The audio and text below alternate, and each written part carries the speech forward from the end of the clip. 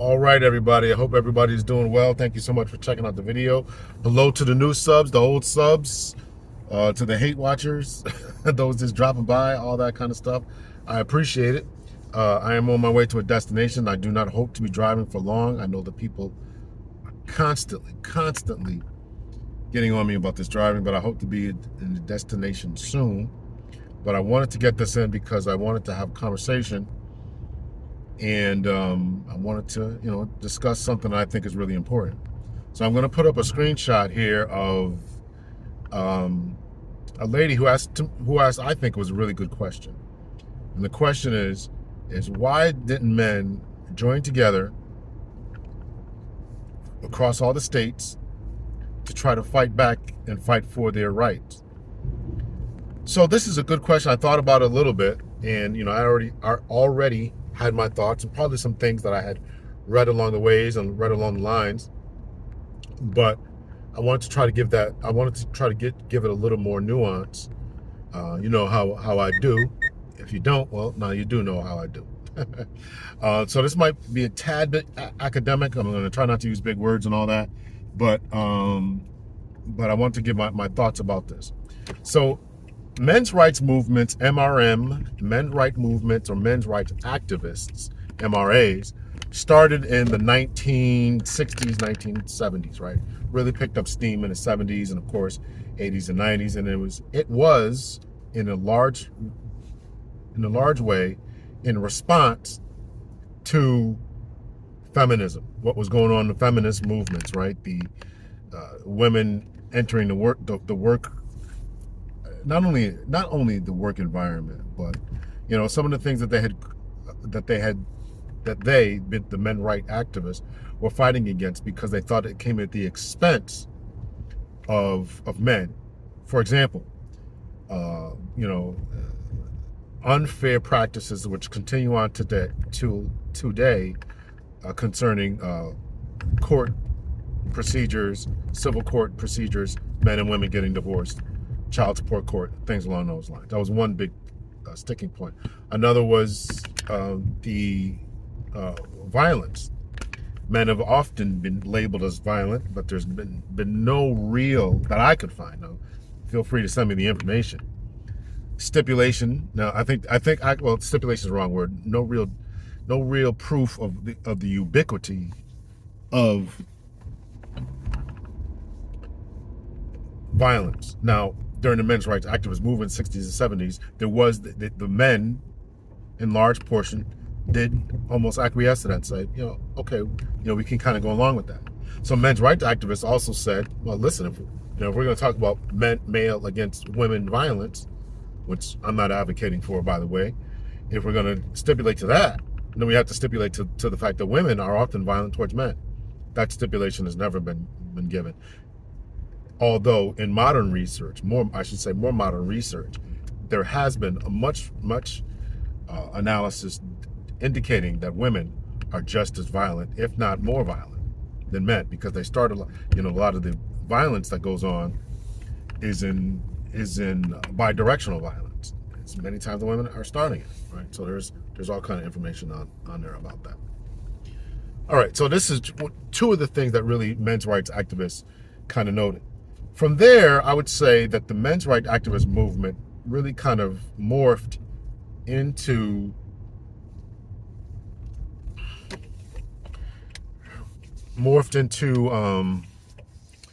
the online social presence of what we call the manosphere and or red pill movement content. So because of that, so the question is a valid one. Like, why, if there were men's rights movements and activists and all that, then why weren't they successful? Because when you take a look back at what the women did, feminist movement, they were successful, right? They had speeches and this, that, and the other, and went before Congress and entered the collegiate sphere and all that.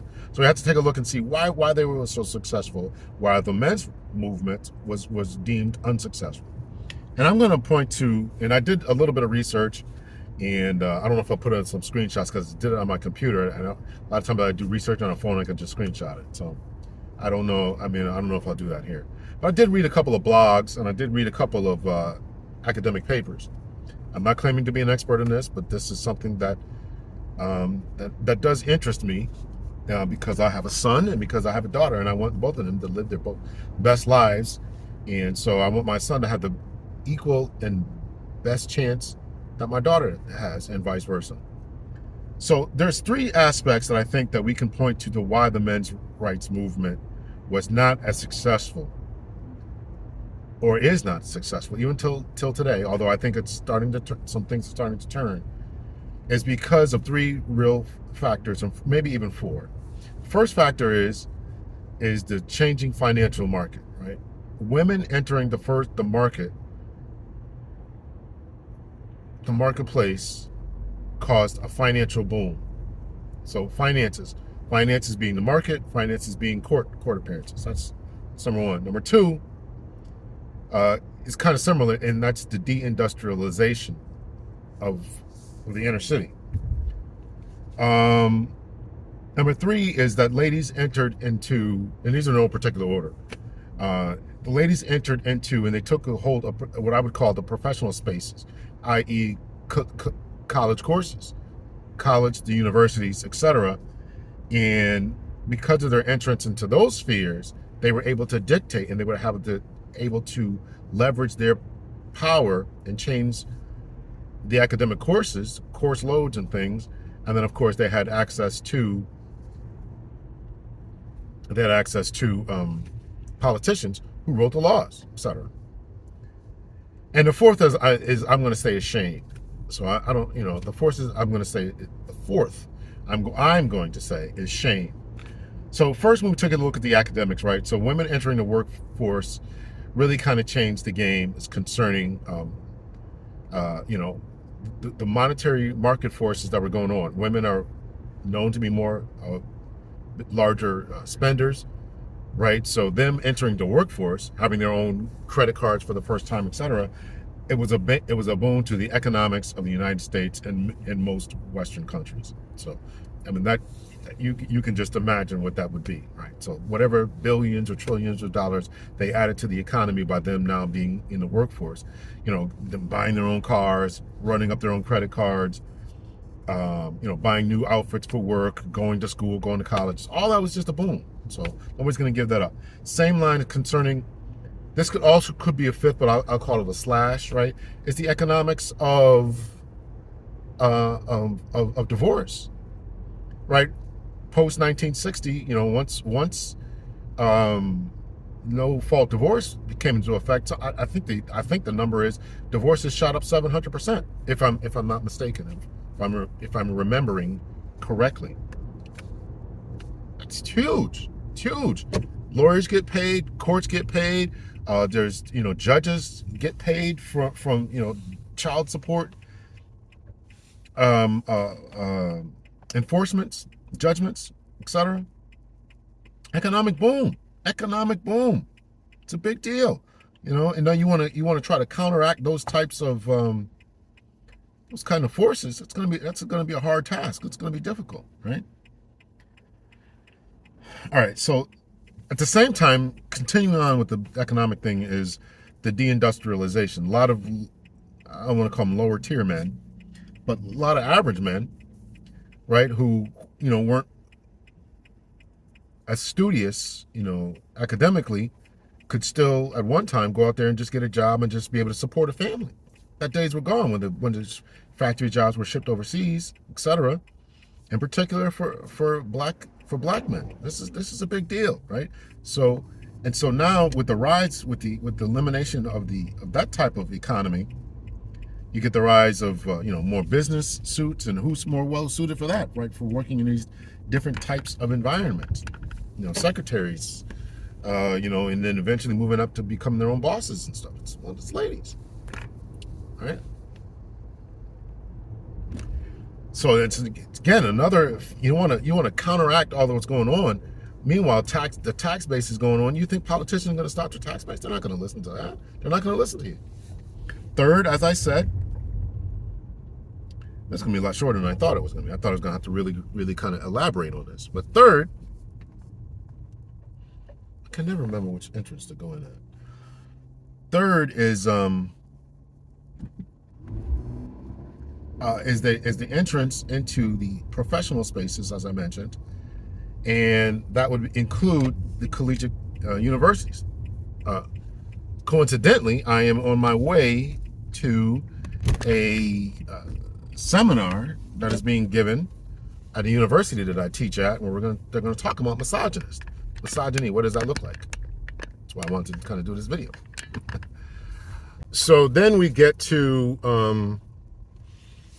so as they enter into academia, they begin to change the coursework. They begin to have more influence and all that.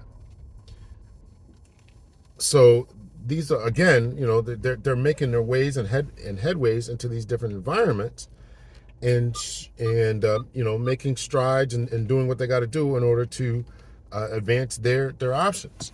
Now, again, the accusation is, and always, well, not always has been, but is that they're making these strides at the expense of men.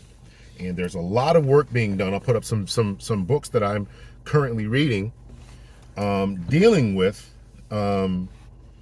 the boy crisis, what happened to men opting out, all these different things, and papers that I've been reading as well, right? So blogs and papers and books and all this kind of stuff, because this is a fascinating subject to me, because if I want to help men to become the best versions of themselves, I think that they really have to, you have to take a look at, what happened to them from the time that they were in one particular place and then now moved to another. Now, I'm not saying that everything was fine and well and dandy. As a black man, obviously there's some things that had to change, and obviously, so I definitely think some things should have changed and had to change. But the question has to be, has there been an overcorrection? Has there been an overcorrection? And now men are falling behind, as these books and papers and everything else that I'm reading are alluding to. And I would take a look at K through 12 education, as well as what I mentioned, the academic, the higher academic spheres, and to say, hey, listen, there's a serious problem here. When ladies more en masse took over these particular spaces, these professional spaces, right? And that would include, any of your job, right? You probably have to attend sexual harassment training and all that. And I'm not saying any of that is negative. It certainly, it certainly is certainly necessary, to trying to change the culture and environment, because a lot of those environments not only were sexist or misogynistic, but they were also racist. So there was a lot of work that needed to be done. Absolutely. So that all needed to be done. But when you look at K through 12 education, what has happened to boys, and this is a book that I'm reading right now, where the author is talking about just what happened to boys, and right, the flowery rooms, and a lot of boys are dropping out because, and they're saying specifically, when you ask them why they want to drop out, it's like, nobody wants me here.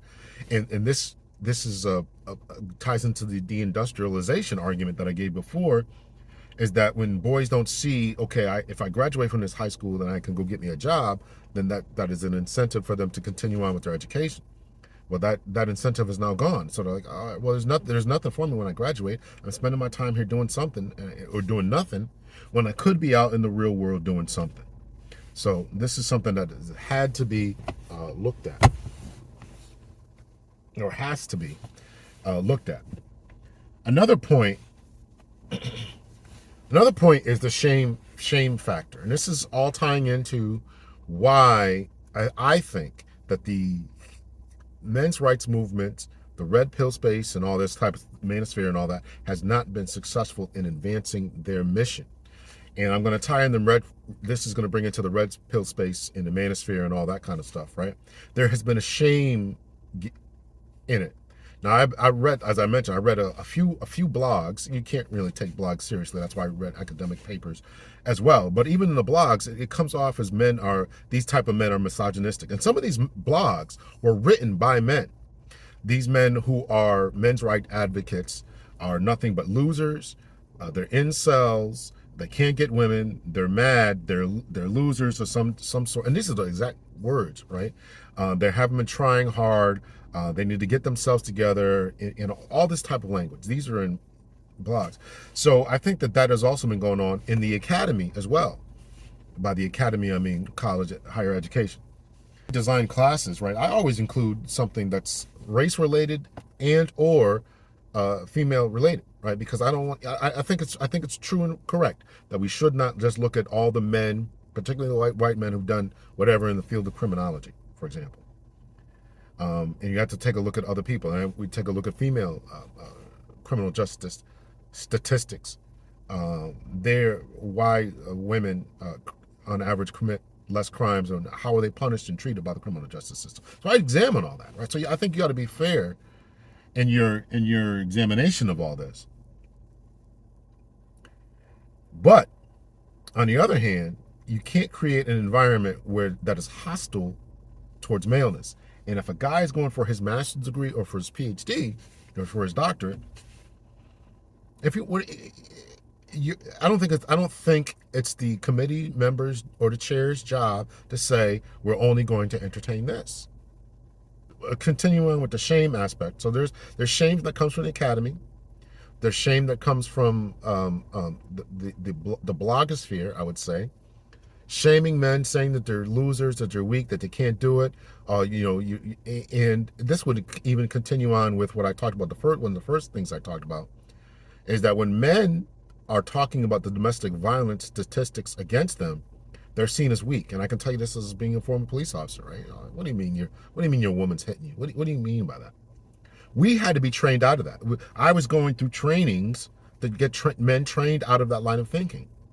Because men are victimized, men can be victims of female aggression, female violence. They often feel as if they can't hit back, because if they hit back, then they're going to be subject to arrest. They're going to be subject to not being believed in court. Right? This happens in the criminal justice system, period. From the criminal justice system being the first interaction with the police, then your interaction with the courts, and then your interactions when and if you are sentenced to prison or probation or whatever, right? There's a stigma in you that you're a woman beater, that you're this and that. But that same stigma doesn't have the same stickiness when it comes to the ladies who are also abusers. They're often seen as, defending themselves, or the guy somehow deserved it, things along those lines, right? So that type of shame continues on. As a Generation Xer, I was raised where, if a girl hits you, and I heard this on podcasts recently. 2 podcasts I heard where the woman was saying, I don't care what a woman does to you. There was a woman advocate saying, well, I don't care what a woman does to a man. Under no circumstance should the man hit her back, because he's bigger, stronger generally. Coincidentally, you can barely find a TV show and or movie, and I just finished watching this movie or a TV show called The Blue Eye Samurai. Good show. Blue Eye Samurai, about this woman who was a half European, half Japanese woman who is taking revenge because of the upbringing that she had, and she's beating all these dudes down, and multiple dudes and all this kind of stuff. So the media is putting out this image of women as being badass butt kickers, can do anything, is just as strong and just as powerful, but at the same time we still have the stigma about women not putting their hands on men. And I heard a woman say this again on the podcast. So you can't put out all these different notions about how men are supposed to respond to when and if attacked aggressively. Are you the same? Are you not? Right? And if you're not the same, then don't put your hands on the man. That would be my keep your hands. Everyone ought to keep their hands on themselves. And if you put your hands on a man, don't expect not to have a man who is less evolved to put his hands back on you. I'm not advocating for violence. I'm just saying sometimes people think tit for tat. And if you want to put all these messages out about women can do this, and I like a lot of those movies. I like one of my favorite movies with Angelina Jolie, Assault. I like it, but she's beating up all these dudes, so it sends a message that we can beat up on men. Again, I grew up in a generation that said you shouldn't do that. There was another woman on another podcast. This was on the lead attorney's podcast. Shout out to him. I think he's going through some kind of cancer kind of thing. On his podcast, where a woman was saying, that men are more suited for prison. Imagine the gumption, the gall to say that a man is more suited for prison where women shouldn't be in prison. They talk about solipsistic, myopic view of the world, right? Talk about that, right? We can stick men in prison because they can handle it. Meanwhile, we know that they come out crazy, not crazy, but they come out, traumatized and having to fight all the time and come up with all these different mental stigmas, but they can deal with it much better than women can. Listen, and these are people with kids and sons, and so this all relates to the shame argument that I'm talking about, right? You can't hit girls back. Don't do this, right? You're more suited for this place. So no one tends to listen to the men who are speaking up, to the men's rights advocates from the 60s, 70s, 80s, and 90s who are saying these things aren't fair. The court system isn't fair. The violence laws aren't fair. We're not being treated well or fairly by the criminal justice system, not only by the police when they show up, not only by the courts when we go there and they want to give us all this different type of stuff, but by our release conditions and all that, right? We have to take a look at all these different type of numbers. Who's more likely to be bailed out, right? Whose bonds are higher, and particularly in domestic violence cases. All this type of stuff, right? We have to take a look at and see, what the deal is. So these are all different types of shames. And again, continuing with the shame argument, is the people who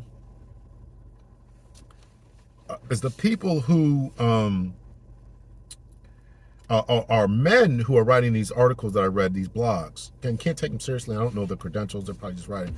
But the insults that they levy against these men, they're weak, they're losers, they need to man up, they need to try harder, this, that, and the other.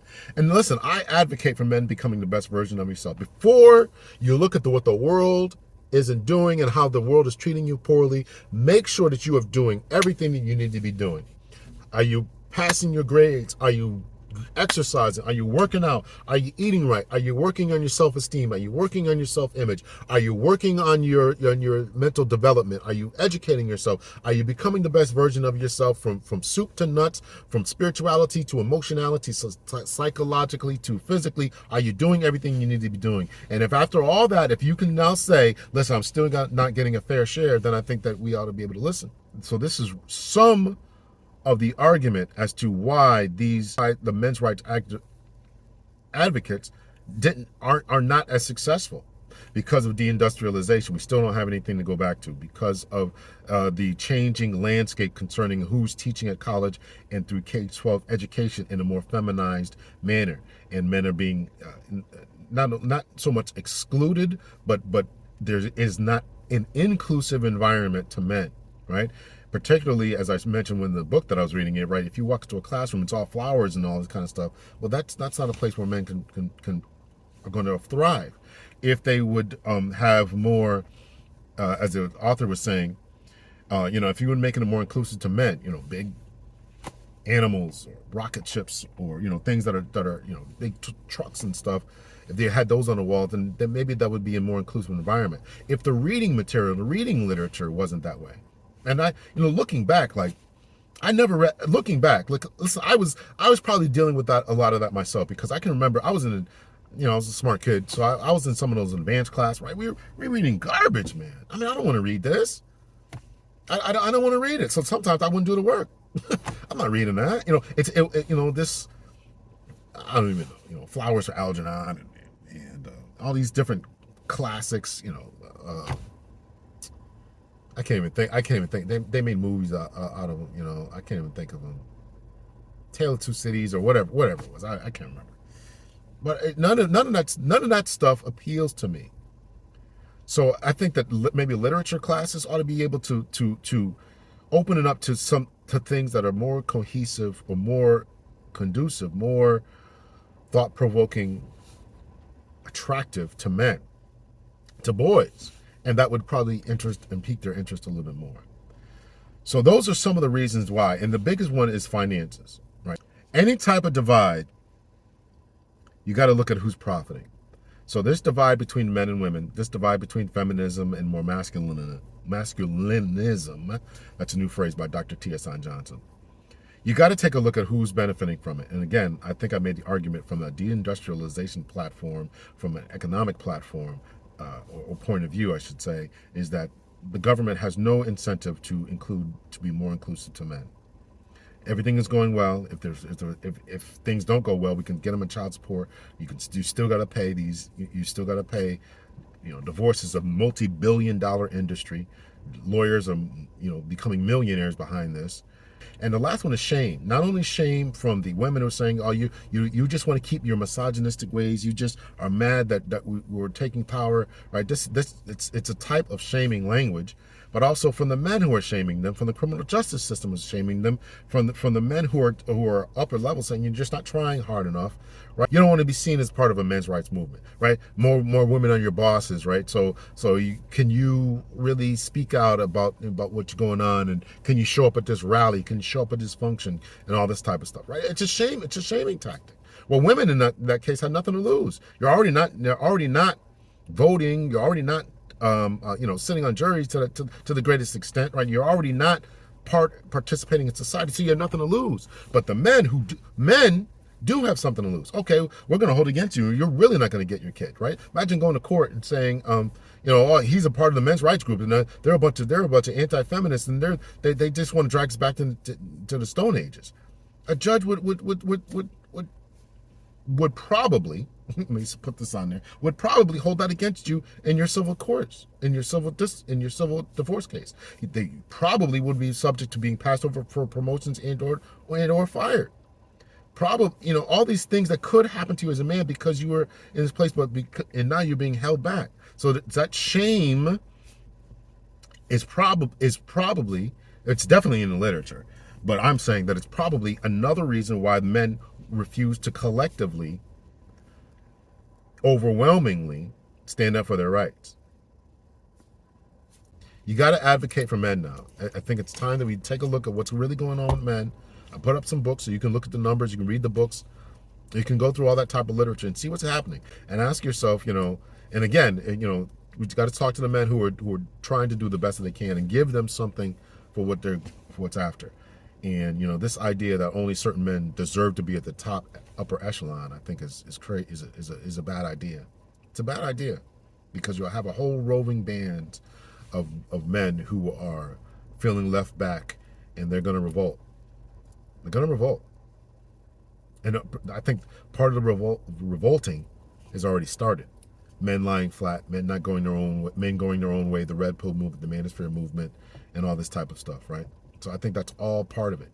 Not only here in the West, but also going on in the East. So let me know your thoughts, your opinions. I try to lay out why I think that the men's rights movement has not been successful. And what would I advocate for their success? Well, I think they got to get over the shame, number one. I think number two, we got to get more Dr. T.S. Johnsons and more Jordan Petersons in the collegiate sphere to stand up and say we're going to push for men's rights, and for them to say we have every opportunity and we should have equal opportunity to be here and to be heard and not to be silenced because we have a different opinion. Particularly when we look at the literature, when we look at the statistics about how many men are graduating from college, how many men are dropping out of high school, how many men are in the job force, and what's going on with that, right? We've got to take a look at these real numbers about what's really going on in all that. So that's what I had to say. And, get over the shame, these guys who are writing these blogs and themselves putting the blame on men. I find them to be repulsive, quite honestly, and disgusting. But that's my opinion. Let me know your thoughts, your opinions.